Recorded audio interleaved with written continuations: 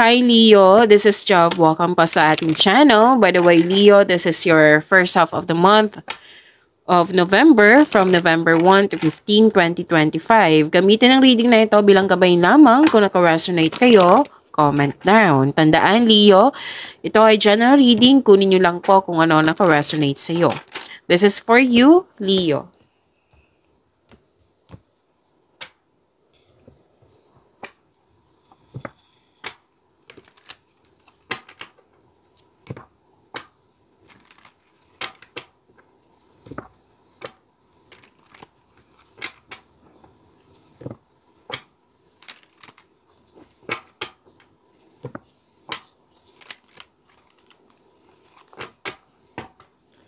Para po ito sa iyo, Leo, ngayong November 1 to 15, 2025.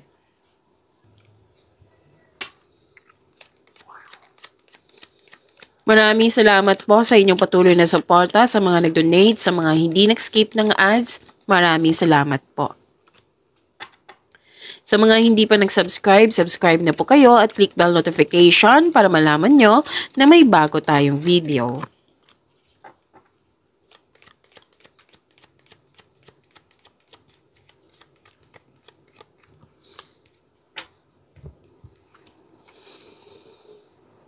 Okay. May importanteng okasyon, Leo. Any kind of special event, party, reunion, togetherness. Grupo to eh. Mga tao. Nagkaroon ka ng, pwedeng bonding din to. May exciting na ganap. May nag-uusap na magkakapatid. At nakikita ko dito na pwedeng nag-self-study kayo or nagpa-enroll kayo para may makuhang learnings and clarity. Pwedeng nagbabasa ng libro or sa internet para may makuha ngayon learnings. Okay?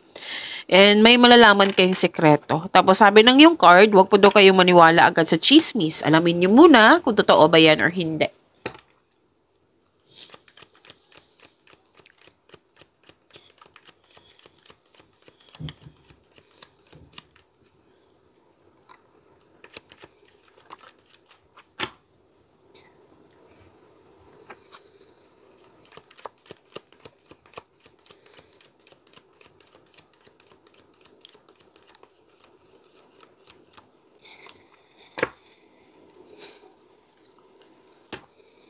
Leo, para sa mga bago dito, kung may napansin kayo na repeating message, yan po yung pinupush ng card sa inyo. Like for example, nanood kayo sa inyong monthly gabay tarot reading, daily gabay tarot reading, weekly gabay tarot reading, at dito din sa inyong first half of November, at may napansin kayo na repeating message. Yan po yung pinupush ng card sa inyo na kailangan yung bigyan ng atensyon, solusyon at aksyon kung maaari po. So, na yung energy ni Leo.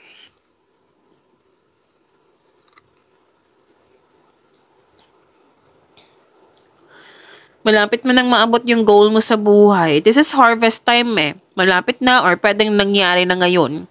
Kung kailan nyo ito napanood. Oo. So, parating ng resulta sa inyong sipag at tiyaga, naghihintay at malapit ka nang mag-harvest.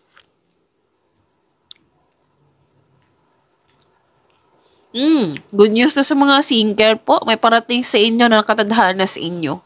Kailangan mo lang magkaroon ng trust and have faith sa universe. Kailangan po ng mahabang pasensya. Patuloy mo lang alagaan yung sarili mo habang hinihintay mo yung bigay ng tadhana sa iyo. So, habaan niyo po yung pasensya niyo ha, lalo na sa career and money niyo. Kasi nakikita ko dito, naiinip po daw kayo. And alam niyo naman na proseso ito. So, patuloy niyo lang po yung pagsisikap, pagsisipag mo sa trabaho. Dahil check naman ma-achieve mo yung gusto mong kasaganaan po. Pwede din promotion to. Oo. So, stay patient, stay positive, and be grateful. Okay? Mag-harvest din kayo. Pwedeng ngayon na, pwedeng parating na. Okay? By the way, Leo, kung napansin nyo na iba yung boses ko, again, may ubo at sipon ako, mas lumala. Kung pansin nyo naman ako, parang may kumakain po ako ng Strepsils kasi kailangan po. Kasi nahihirapan ako magsalita and nag-water therapy din ako. So, pahinto-hinto ako magsalita. So, I will try my very best para maibigay yung mensahe ng cards nyo para may gabay kayo.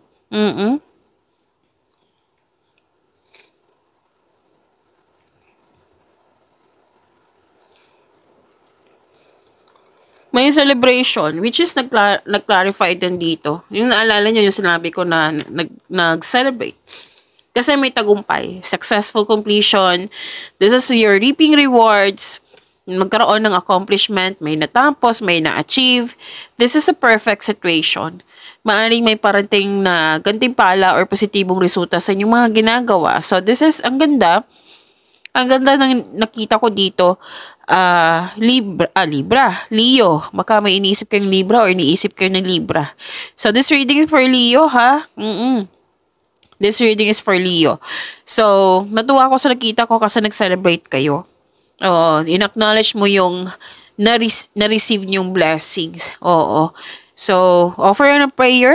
Oo. Magbigay pasalamat sa ating Panginoon sa binigay niyang malaking blessings sa iyo, Leo. And ready ka na sa new journey. Ang ilan sa inyo dito, tapos din yung construction ng dream house nyo. So, everything you have worked for is coming together. May nag-celebrate ng monthsary, anniversary, nagkandagkap ng rewards, awards. May promotion din ako nakikita dito. Oo, may positive review, may naabot. Yan. So, ang ganda. I-claim nyo po ito kasi dalawang card po mismo nagsabi dito na harvest time talaga to sa inyo.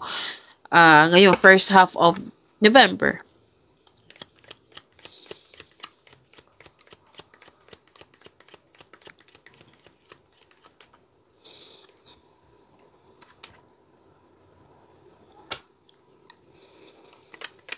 Leo.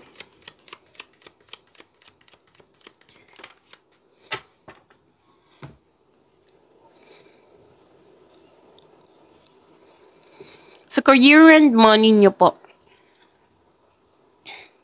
Nakita ko dito, nagkaroon ng pagkakaisa, nagtutulungan, you're making memories.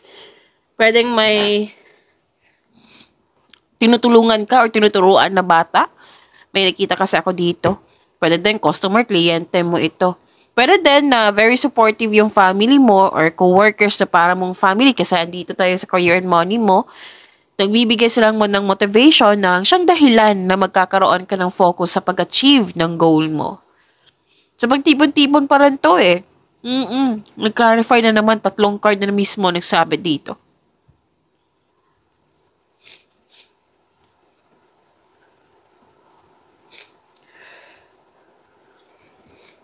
So, you are feeling powerful. Recognition na naman. Wow. Na-recognize ka talaga dyan. And very happy ka sa mga nangyari. And ipagpatuloy nyo makinig sa inyong intuition kasi it will grow your career more, your business more, and take action toward increased prosperity. Kasi sinabi dito sa may mensahe yung intuition mo regarding sa iyong career. So, take an action sa binigay na mensahe kasi makaka-increase to sa inyong it will help you to increase the flow of your money. Yes. So, you are creative and enthusiasm, an important part of your success. Sabi ng yung card, magaling kayo na leader. You're very confident and nagkaroon kayo ng ano.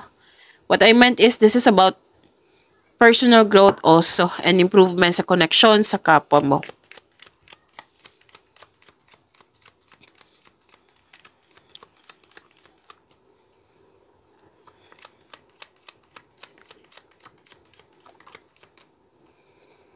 This is about your love life, self-love, partnership, and romance.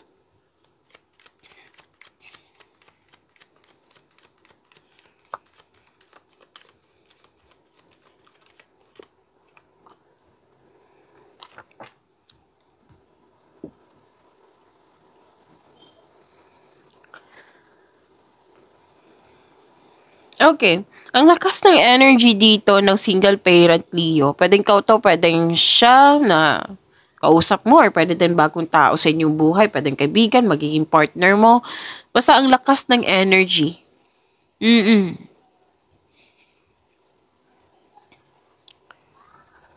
Okay. May nakita ko dito, Leo, na malapit to sa'yo, nagkaroon kayo ng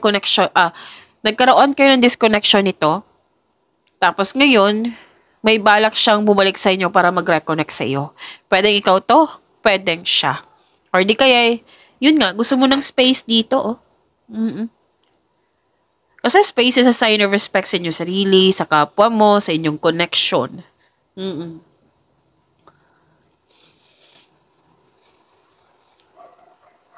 Okay, so, nakikita ko dito na actually, itong dalawang card na ito, gusto mo talaga ng space. It might be pagod ka.